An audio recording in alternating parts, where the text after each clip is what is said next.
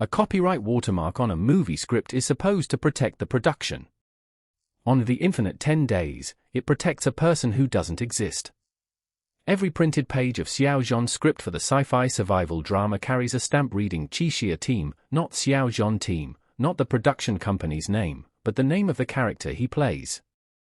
That detail surfaced online right as the show wrapped filming on July 31st, and it's the kind of thing that looks small until you sit with it for a second.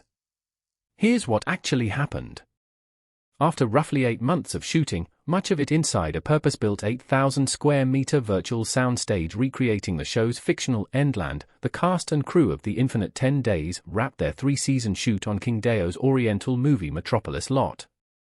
Xiao Zhan plays Xixia, a strategist with the ability to die and be revived over and over to save the people around him, a power that's earned the character the nickname the only god of the Endland among fans following the adaptation.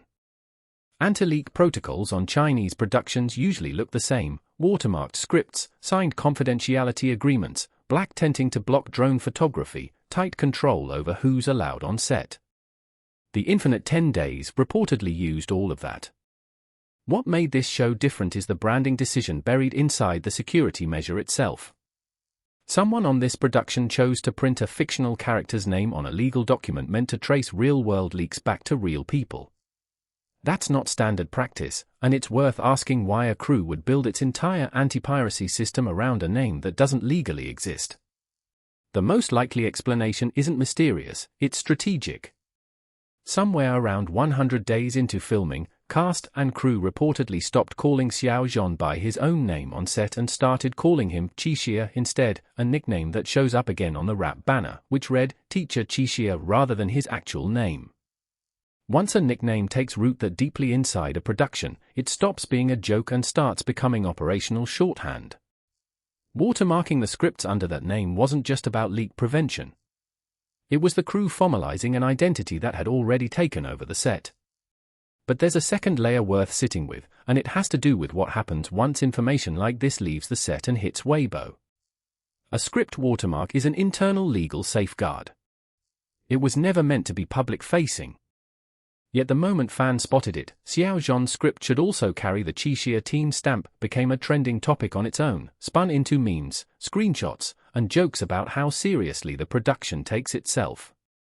What was designed purely for anti-piracy purposes ended up functioning as unpaid marketing, proof of diligence content that fans circulated on the show's behalf, days before a single episode has aired. That's not something a PR team could easily engineer on purpose without it looking staged. It worked precisely because it wasn't built for an audience. Which raises the actual question behind all of this: how much of an actor's off-camera identity gets absorbed by a character once a shoot runs this long?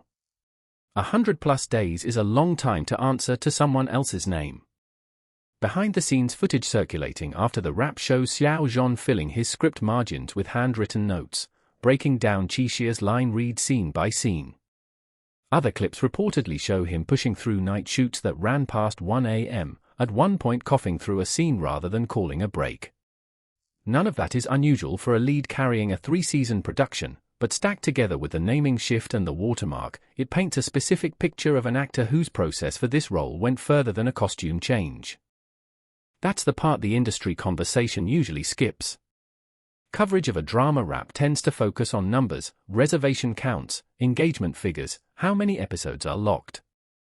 Reported figures for The Infinite 10 Days put Tencent video reservations north of 1.6 million and total platform discussion above 380 million, the kind of pre-release traction studios build entire marketing budgets around chasing.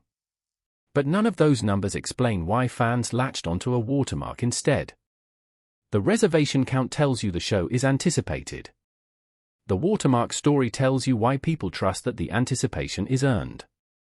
There's also a genre angle worth flagging, because The Infinite 10 Days isn't a conventional period romance or workplace drama. It's built on the infinite loop format, where characters repeat a fixed span of time until they solve the puzzle keeping them trapped. That structure has been reliably popular in Chinese web fiction for years, but it's rarely been handed a budget this size or a lead this established. Betting a 3-season, back-to-back shoot on a genre normally reserved for smaller productions is itself a signal. It suggests the platform sees crossover potential beyond the domestic fanbase that usually drives this kind of story, the same audience that's helped push previous suspense thriller C-dramas onto international streaming charts. Then there's a detail almost nobody outside the fandom would notice. Xiao Zhan was born in the year of the goat. Qixia, per the character's profile, is an Aries. The wrap dinner reportedly featured a whole roast lamb. And the show itself is currently positioned to premiere in 2027, the next year of the goat. Fans have started calling it a triple sheep coincidence, only half joking. On its own, it's the kind of thing you'd dismiss as coincidence hunting. Stacked next to a security protocol quietly renamed after the character and a wrap photo where Xiao Zhan stands dead center holding red flowers as the show's sole credited lead, it starts to look less like isolated trivia and more like a pattern the fandom has been tracking for months, piece by piece, in real time. And then there's eggplant. Xiao Zhan has said publicly, more than once, that he can't stand it. He's described getting sick of it as a kid and avoiding it ever since. Qixia, in the original novel, loves it.